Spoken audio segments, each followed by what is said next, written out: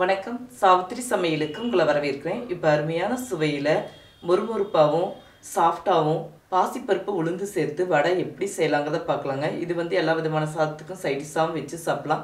Evening tea டயத்துக்கு ஸ்நாக்ஸாகவும் செய்து சாப்பிட ரொம்ப அருமையாக இருக்குங்க. இந்த மாதிரி முறையில் ஒரு தடவை ட்ரை பண்ணி பாருங்கள். இந்த கப்பில் 1.5 கப் அளவுக்கு பாசிப்பருப்பு, இதே கப்பில் 3/4 கப் அளவுக்கு உளுந்தம்பருப்பு, இது ரெண்டையும் நல்லா கழுவிட்டு அரை மணி நேரம் பக்கம் ஊற வச்சுருக்கேங்க.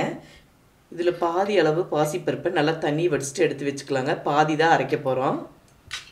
இப்போ மிக்ஸி ஜாரில் பாதி பாசிப்பருப்பை சேர்த்துக்கலாம். தண்ணியை வடிச்சிட்டு சேர்த்துக்கலாங்க. இப்போ 3/4 கப் ஊற வச்ச உளுந்தம்பருப்பை தண்ணி வடிச்சிட்டு சேர்த்துக்கலாங்க. அதே பாசிப்பருப்பு கூடவே ஒன்றா சேர்த்துக்கலாம். இது ரெண்டையும் ஒன்று சேர அரைச்சிக்கலாங்க. தண்ணி சேர்க்காமல் ஓரளவுக்கு தருதருப்பாக அரைச்சி எடுத்துக்கலாங்க. உளுந்து பாசிப்பருப்பு சேர்த்து இந்த அளவுக்கு அரைச்சிருக்கேங்க. இது தனியாக ஒரு பவுலில் மாற்றி வச்சுக்கலாம். இப்போ அரைச்ச பாசிப்பருப்பு உளுந்து கூட தனியாக எடுத்து வச்சுருக்கிற பாசிப்பருப்பை சேர்த்துக்கலாங்க. இது கூட தேவையான அளவுக்கு உப்பு, டேஸ்ட் பத்தலைன்னா மறுபடியும் கூட கொஞ்சம் பொடி உப்பு சேர்த்துக்கலாங்க.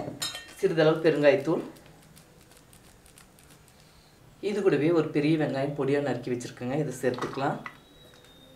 2 பச்சை மிளகாய், சிறிதளவு இஞ்சி எல்லாம் பொடியாக நறுக்கி வச்சுருக்கேன். சிறிதளவு கருவேப்பிலை, சிறிதளவு மல்லித்தலை, இதெல்லாம் ஒன்று சேர நல்லா கலந்து விட்டுக்கலாங்க. இப்போ தேவையான சைஸ்க்கு மாவு உருட்டி எடுத்துக்கலாங்க.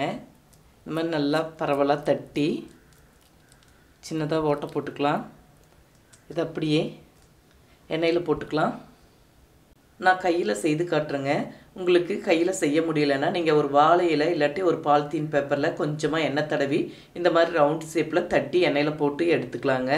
பாருங்கள், பாலித்தீன் கவர்லேயும் கொஞ்சமாக எண்ணெய் தடவி இந்த மாதிரி மெல்லிசாக தட்டி வச்சுருக்கேன்.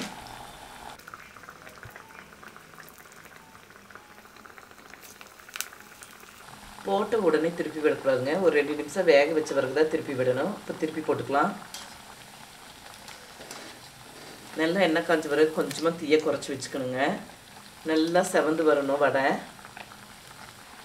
இப்போ நல்லா வெந்து சலசலப்பெல்லாம் அடங்கிருச்சுங்க. இந்தளவுக்கு செவக்க விட்டுக்கிட்டால் சரியாக இருக்கும்.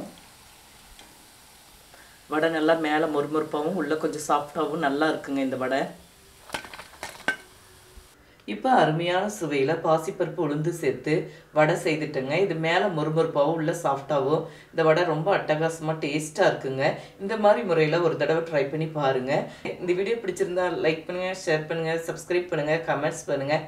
அடுத்த வீடியோவில் சந்திக்கலாம்.